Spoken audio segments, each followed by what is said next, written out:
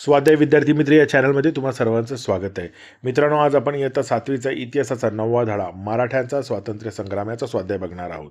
आणि मित्रांनो, जर तुम्हाला अजून कोणते व्हिडिओ हवे असतील तर मला कमेंट बॉक्समध्ये कळवा, म्हणजे मी ते लवकरात लवकर तुम्हाला देण्याचा प्रयत्न करेन.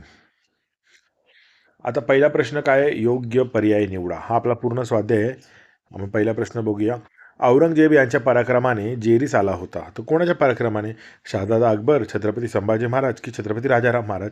तर याचं उत्तर आहे छत्रपती संभाजी महाराज.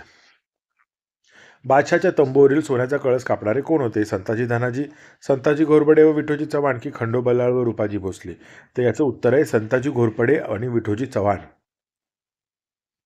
गोव्याच्या लढाईत पराक्रमाची शर्त करणारा कोण होता? यसाजी कंक, नेमाजी शिंदे, प्रल्हादजी निळाजी? तर याचं उत्तर आहे यसाजी कंक. प्रश्न 2, पाठात शोधून लिहा.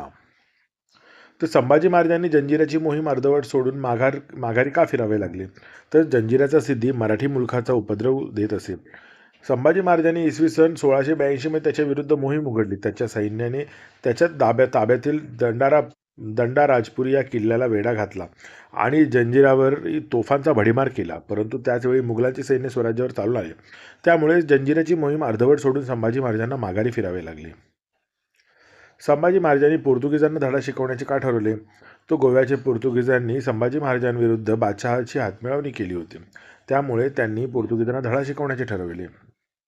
राजाराम महाराजांनी जिंजीला जाताना स्वराज्याच्या रक्षणाची जबाबदारी कोणावर सोपवली होती? तर राजाराम महाराजांनी जिंजीला जाताना स्वराज्याच्या रक्षणाची जबाबदारी रामचंद्रपंत अमात्य, शंकराजी नारायण सचिव, संताजी घोरपडे, धनाजी जाधव यांच्यावर सोपवली होती. महाराणी ताराबाईच्या पराक्रमाचे वर्णन देवदत्त या कवीने कोणत्या शब्दात केले आहे?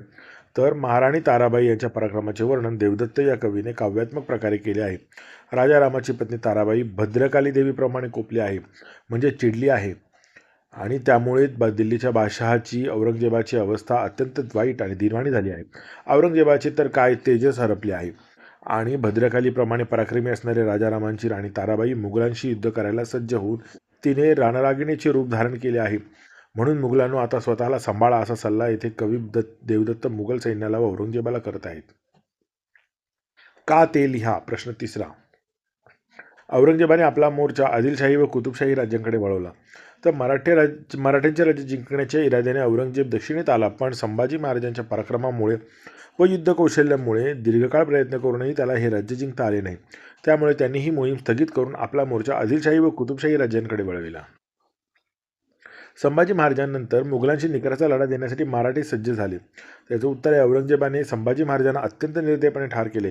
मराठ्याच्या या छत्रपतीने स्वाभिमान न मोडता अतिशय धैर्याने तोंड दिले. त्यांच्या बलिदानातून प्रेरणा घेऊन मराठ्यांनी मुघलांविरुद्धचा संघर्ष अधिकच तीव्र केला. अशा प्रकारे संभाजी महाराजांनंतर मुघलांशी लढा देण्यासाठी मराठी सज्ज झाले. तर महाराणी येसूबाईंच्या नेतृत्वाखाली रायगड लढवावा असे धोरण ठरविण्यात आले. तर बघा, संभाजी महाराजांच्या मृत्यूनंतर मराठ्यांचे राज्य जिंकण्यासाठी औरंगजेबाने जुल्फिकार खानाला रायगडाला पाठवले. जुल्फिकार खानाने रायगडाला वेढा घातला. त्यावेळी गडावरती राजाराम महाराज, त्यांची पत्नी ताराबाई, संभाजी महाराजांच्या पत्नी येसूबाई व पुत्र शाहू हे सर्व होते. या सर्वांनी एकत्र राहणे धोक्याचे होते. कोणत्याही परिस्थितीत मुघलांना शरण जायचे नाही असे ठरवून त्यांनी रायगडावरती महत्त्वाचे राजनैतिक निर्णय घेण्यात आले. राजाराम महाराजांनी जिंजीला जावे, येसूबाई यांनी आपल्या नेतृत्वाखाली रायगड लढवावा असे धोरण ठरविण्यात आले. उपक्रम. भारताच्या नकाशात गोवा, विजापूर, गोवळकोंडा, जिंजी, अहमदाबाद, अहमदनगर ही ठिकाणे दाखवा.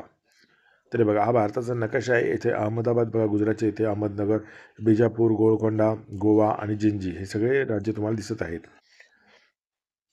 मित्रांनो, व्हिडिओ आवडला असेल तर नक्की व्हिडिओ लाईक करा, आणि असेच व्हिडिओ पाहायचे असतील तर आपल्या चॅनलला सबस्क्राईब करा. आणि तुम्हाला पुढचा व्हिडिओ कोणता हवा आहे हे मला कमेंट बॉक्समध्ये कळवा, म्हणजे मी तो लवकरात लवकर तुम्हाला देण्याचा प्रयत्न करेन.